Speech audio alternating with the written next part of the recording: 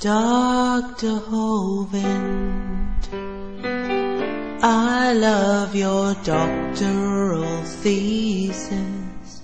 I've torn it to pieces with house and gaffle. I can't remember when I last pissed myself laughing. It's a good thing the thesis mopped the piss off the floor. Welcome to part 45 of this read-through and peer review of Kent Hovind's doctoral dissertation, which was published on wikileaks.org on December 9th, 2009. If you have not yet seen any of the previous videos in this series, then I recommend that you go back and see those first, as in this episode I will start off exactly where I finished off in the last. In the last episode, Kent came to the staggering conclusion that science and logical thinking was somewhat hindering Christianity. In this episode, our very own minor 49er Kent Hovind picks his pickaxe up again and gets quote mining. But before that, some bullshit. Carry on, Kent. People come into this argument having already decided what they want to believe based on their lifestyle. Yes, Kent, those with a lifestyle that does not involve reading or listening to reason in any way, shape or form tend to agree with you. But that's not really what you meant, is it, Kent? Do enlighten us. If a person has a wicked lifestyle and wants to get rid of God somehow, then it is only natural that he would choose the evolutionary idea to try to leave God out. Really, Kent, you've spent most of your adult life lying to children and hillbillies. How does that statement explain you? Oh, right. You've got to quote mine. Oh, and it's a good one.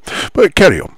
By way of giving just a little more fact that evolution is just a religion and not scientific, Stephen Jay Gould, a noted evolutionist, said in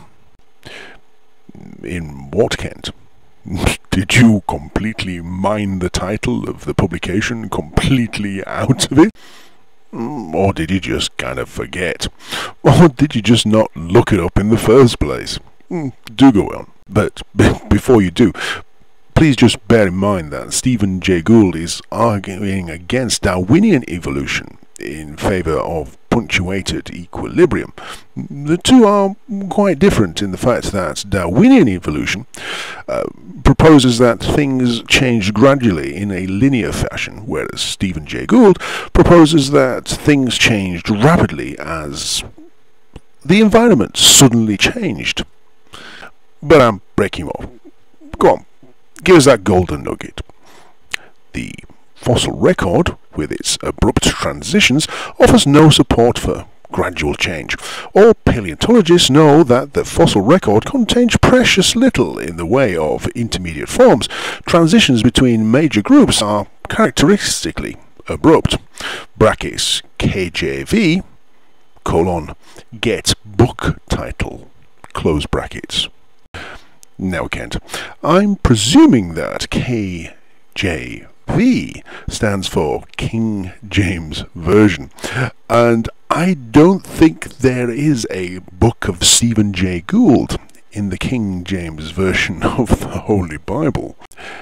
Yes, Kent, there are just so many ways to fail, and you found several.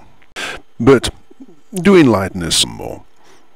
Evolution is their faith. They believe it because that is what they want to believe.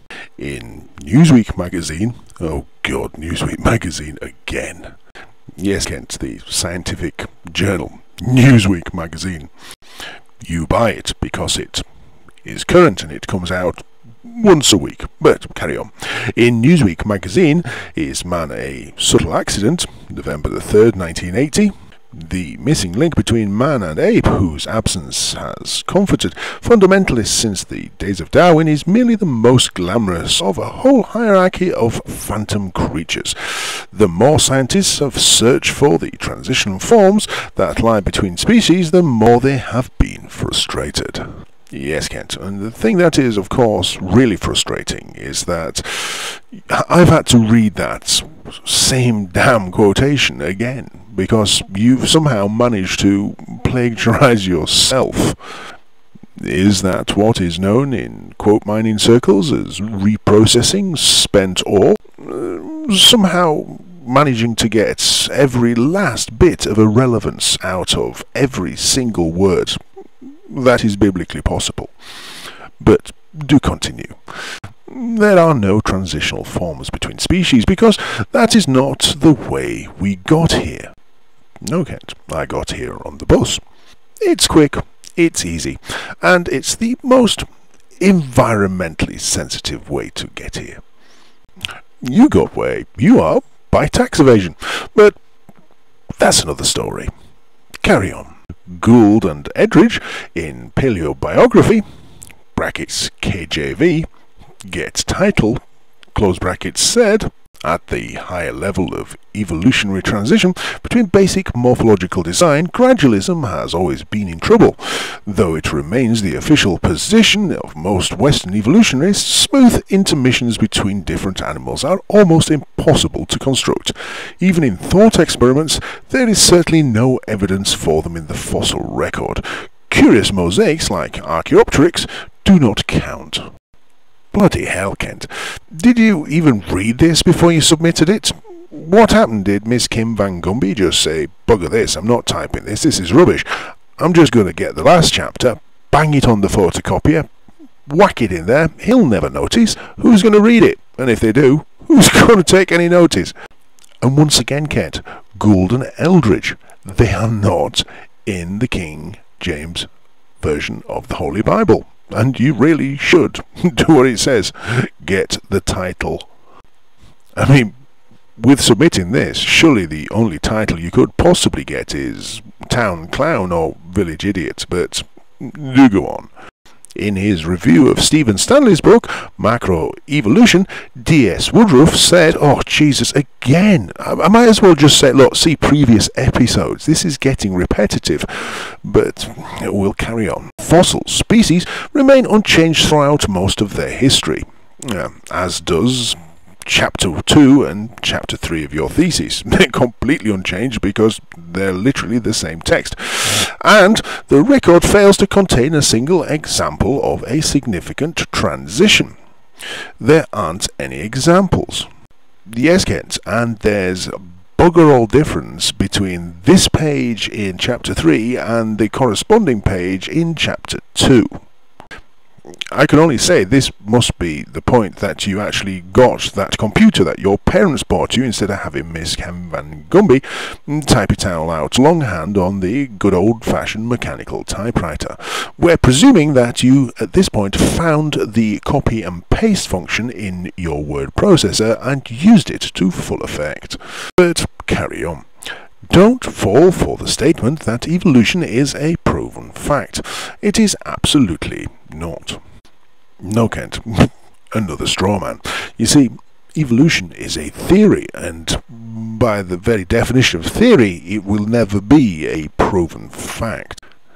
To be a scientific theory, it must be testable, verifiable, and most importantly, it must also be falsifiable.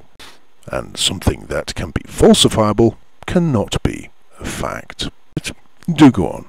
It is their religion versus my religion. I will quickly admit that what I have is a faith.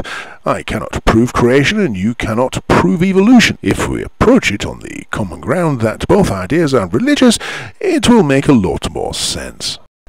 Yes, Kent, only to your argument. But we all know that makes no sense whatsoever.